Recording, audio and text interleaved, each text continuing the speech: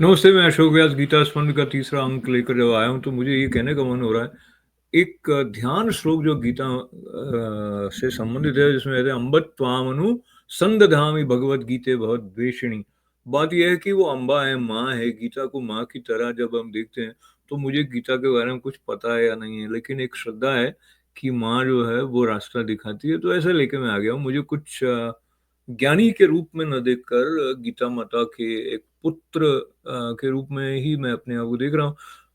मुझे लगता है कि माँ जो है वो ये सब की माँ है। तो बहरहाल ये कहते हुए जब हमने पहले अध्याय में देखा कि किस तरह अर्जुन ने अपना धनुष छोड़ दिया, रथ के नीचे बैठ गए, मनोस्थिति थी कि मैं युद्ध नहीं करूँगा। अब जब उनका ट्रीटमेंट शुरू होता है या कहिए कि स्पष्ट करना शुरू करते हैं श्री कृष्ण भगवान, दूसरे अध्याय में प्रारंभ में संजय उस दृश्य का विवरण देते हैं कि वो किस तरह से आंसुओं से भीगे हुए थे, व्याकुल थे और शोक से युक्त थे। अब किस तरह से कृष्ण भगवान उनके प्रति अपनी बात को व्यक्त करते हैं। पहले तो ऊपर-ऊपर से एक प्रकार से उनको डाँट रहे हैं। देखिए दूसरा जो अध्याय है उसके दूसरे श्लोक में कृष्ण भगवान कहते हैं, "कुतस्थ वा कश्मलमिदं विषमे समुपस्थितम् अनार्य जुष्टम अस्वर्ग्यम अकीर्तिकरम अर्जुन"। वो कहते हैं, हे अर्जुन, इस समय, ऐसे समय में, असमय में तुझे ये कैसा मोह उत्पन्न हो गया है, क्योंकि ये न तो श्रेष्ठ पुरुषों द्वारा आचरित है और न तो स्वर्ग को देने वाला है और न तो कीर्ति को करने वाला है।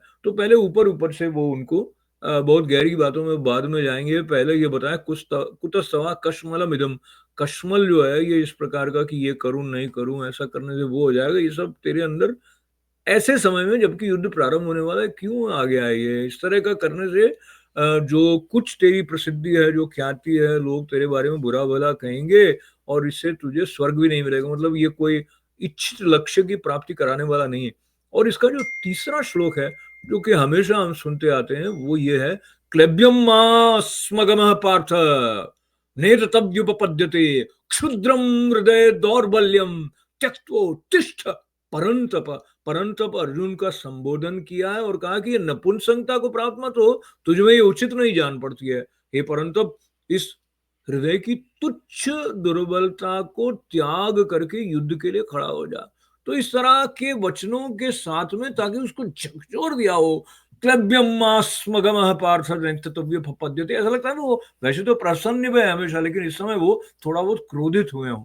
तो गीता स्पंदन में धीरे-धीरे कृष्ण भगवान ने किस तरह उनको जागृत किया, उनकी चेतना को उन्नत अवस्था पर ले जा गए, सारे उनके जो संशय थे, उनका नाश कैसे किया, उसको हम धीरे-धीरे छूने का प्रयास करेंगे। धन्यवाद।